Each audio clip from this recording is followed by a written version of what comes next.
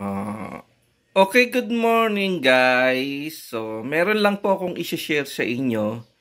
So, kung sino po sa inyo ang merong mga skills at saka talent na mga bata, katulad po ng aking anak.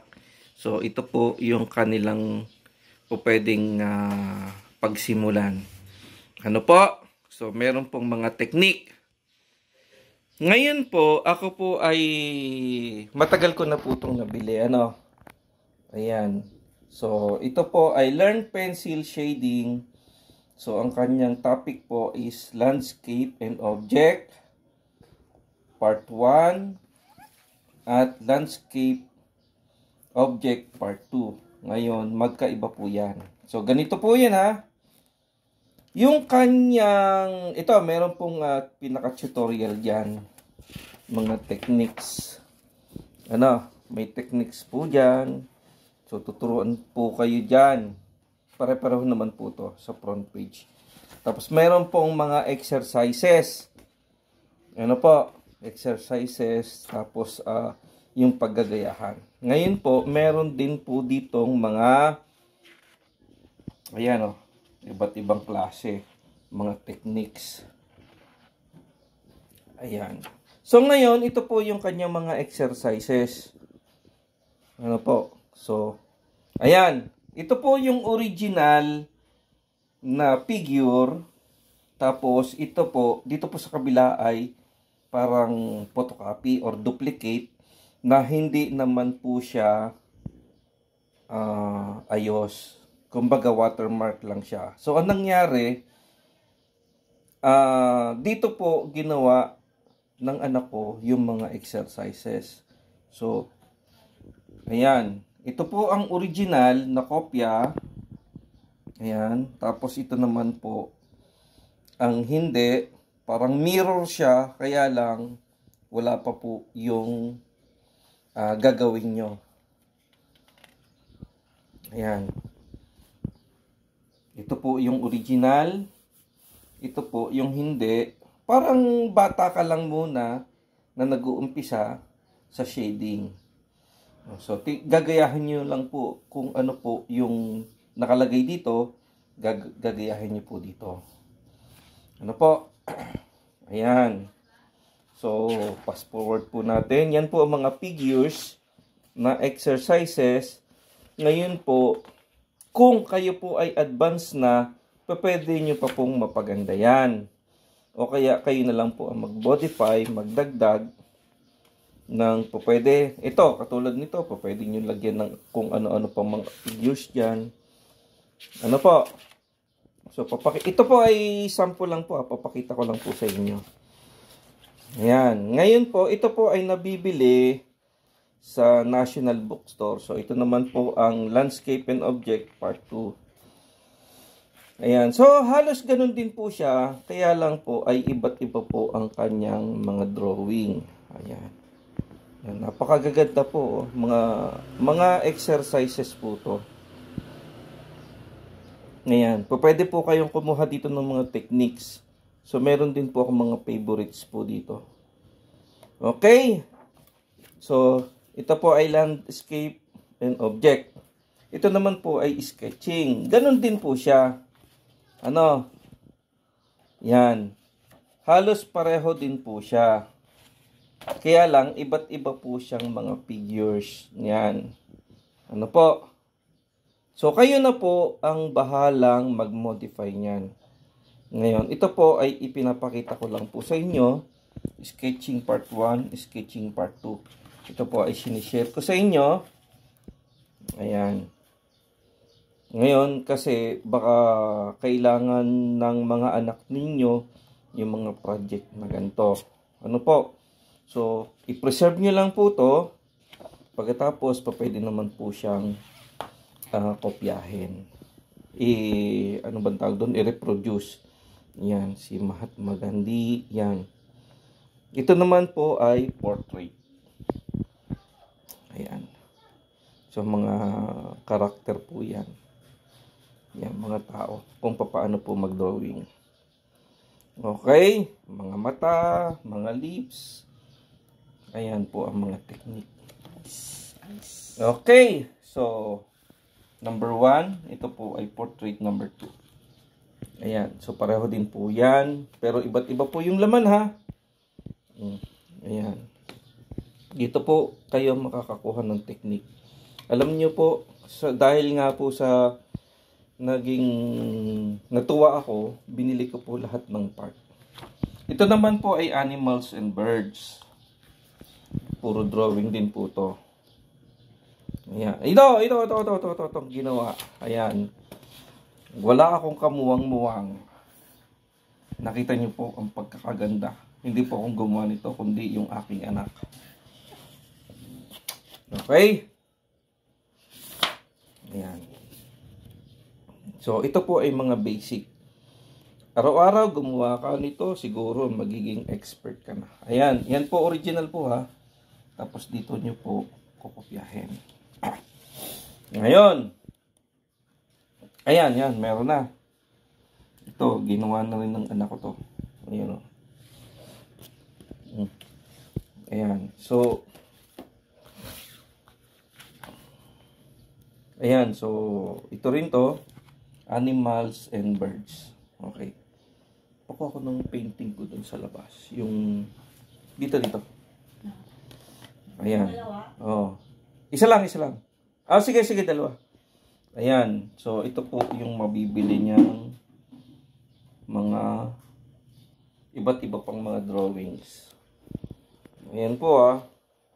Kasi ang ginagawa ko po dito, ito bibigyan ko pa po kayo ng isa pang technique na ginawa ko ah. Ngayon, dahil po ako'y nanghihinayang na dito ka na rin mag-drawing, itong original ay gayahin nyo i-drawing. So, ang ginawa ko po ay nag-xerox po ako. Photocopy. Kahit ilang beses mo itong gawin na photocopy, huwag nyo pong gagalawin ito. I-photocopy nyo ng i-photocopy hanggang pwede rin yung kulayan, pwede rin yung kahit ano-anong paintings gawin nyo, pwedeng maging referensya, pwedeng sa papel, pwedeng sa tela, mga ganun ba? So ngayon ang ginawa ko para ma-preserve to para ma-preserve to, pinotocopy ko to. Ngayon po, wag niyo po itong dodrawingan. Yung photocopy po ang dodrawing nyo. Kahit magbigay po kayo ng exercises sa ating mga kabataan. Ano po? So, ito po yung ginawa kong photocopy. Ako na rin po ang gumawa nito. Siyempre, natuwa po ako eh. Ano po? Ako po ang mga gumawa niyan. At galing din po yan doon sa sa magazine. So, maaari nyo po bang ma-rate kung gaano po ang aking ginawa. Ngayon po, nag-photocopy ako. Sa palagay nyo, sino na po ang gumawa nito? Ayan. Ang tinuturuan ko po niyan ay mga 5 years old siguro. Si Gracie or si Arvin? Si Gracie yan. Ayan. Meron po kasi akong mga anak na mahilig din mag-drawing. Tignan nyo yan, no?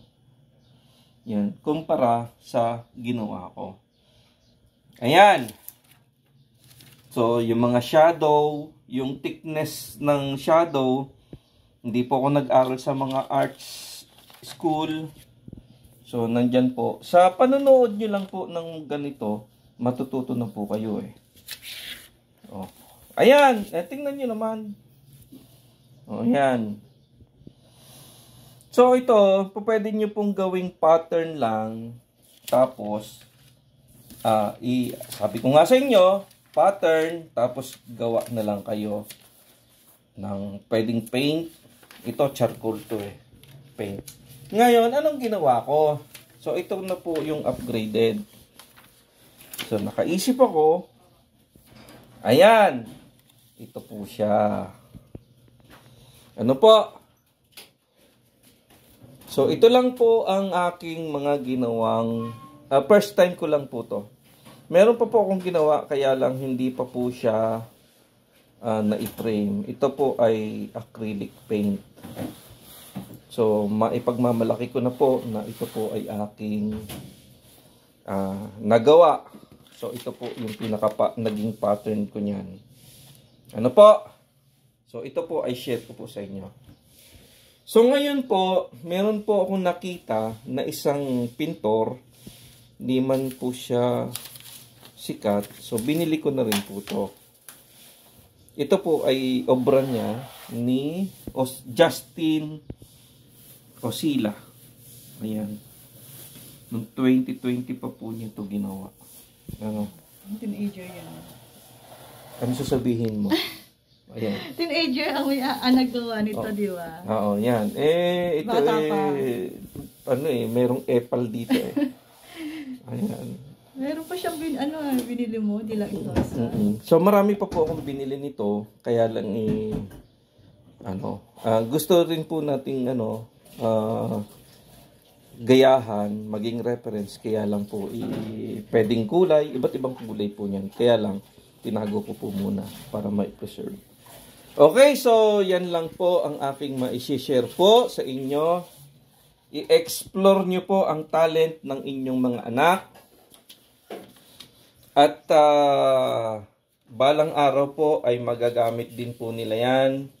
At ang isa po, ito po ay isang way para ma-release po natin ang ating stress sa buhay. Ayan. Ito yung kay Arwin. Yan. So, meron, ito pa. Yung aking anak ay mahilig talagang mag-drawing. Ayan. Anong age nung dinrawing grade ito? 5. Ayan. Grade 4 or grade 5 siya. So, ito, tinago niya rin. Tinago ng aking magaling na asawa. Pokemon characters. Ayan. May mga pangalan pa yan. Parang ano yun? Nag-develop. Ano tawag dito? Mutate. Yan. Mutate. Ayan. So, ito po ang drawing ng aking anak na si Arwin. Ngayon po, meron din po siyang mga drawing, kaya lang, mga nasa computer na, mga graphics na po. So, i-suportahan po natin ang ating mga anak. Ako po, ilang years ko na po to, siguro mga 50 years old ko na or 45 years old ko bago ko po ito na-discoveryhan. So, matanda na ako. So, ngayon, sana, kung bata-bata pa po ako, edi na-explore ko palalo ang aking talent. Ayan. Okay, so mahilig po talaga ako sa mga ganito. Ayan, ang ganda. Talaga, ito pa talent ni Arwin. Ayan, tingnan nyo kung gaano nakatanda itong na to. Napakagaling ng anak ko sa calligraphy. Yung niya, yung sinubmit na nasaan? Wala na. Yung environment, biodiversity. So, yung anak ko magaling din dito sa... Yan yung kanyang pinag-aralan. Pinag-aralan niya rin po to, calligraphy. Okay. Arwin Joy Tiranya Channel. Okay, so ito, ang tagal na niya, no? Ay, ikaw nagsulat nito? Oh, marunong ka rin ng calligraphy. Grabe ka naman, parang namang... Oh, hindi ko alam.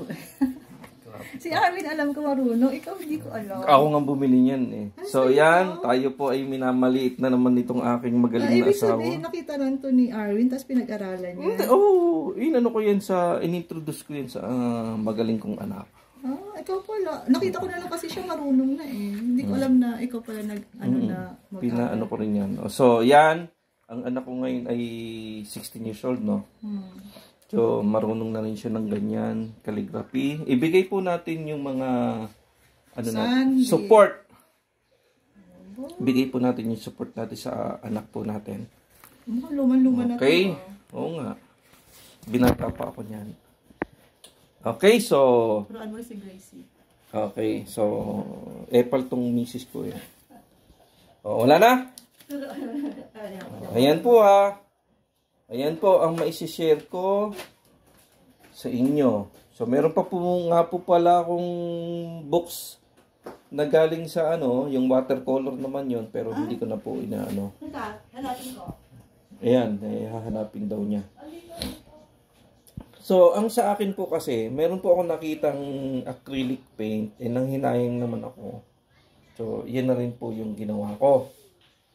Okay? So, meron pa po akong paintings na ginawa. Pakikuha ng agila ko doon. Yung agila ko. Ayan. So, Reader's Digest. galing pa po itong Reader's Digest. Ngayon, hindi ko pa po ito ma-explore. Ayan Reader's Digest.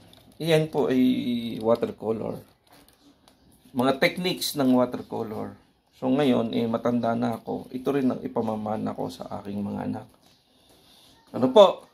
Ito? Oo. Ngayon, meron pa pong isa. Ayan, pinaprint ko. Ayan, CNC. Ito naman po kasi may daya. Not actually daya. Meron po siyang numbering. Yung kulay niya, yung mismong paint niya, may number. Tapos, sa bawat kulay, meron siyang designated na ikukulay doon na number. Ano po? So, ayan po ang lumabas. Ayan. So, tawag doon, number painting? Number painting po ang tawag doon. So, napakaganda po. Pag ubos ang oras ko, ayan. Ito po ay lagi kong tinitingnan. Napakaganda. Okay. So, yan lang po ang aking maisishare sa inyo. Na sa buong buhay nyo, at least nakagawa po kayo ng isang ganyan. Ayan, model yung misis ko. Kahit puro kalat po dito. Kasi magulo po talagang, ang dami pumapasok na talent sa isip ko Ayan. Okay, so yun lang po. Paki-support na lang po ng aming page, Sandy Teranya Channel, Rowena Teranya Channel, Arwin Teranya Channel, sa Facebook, sa YouTube, at meron pa po akong ipopost na yung sa stamps naman. Okay, so maraming salamat po sa inyo. Sa mga walang sawang sumusuporta, maraming salamat po.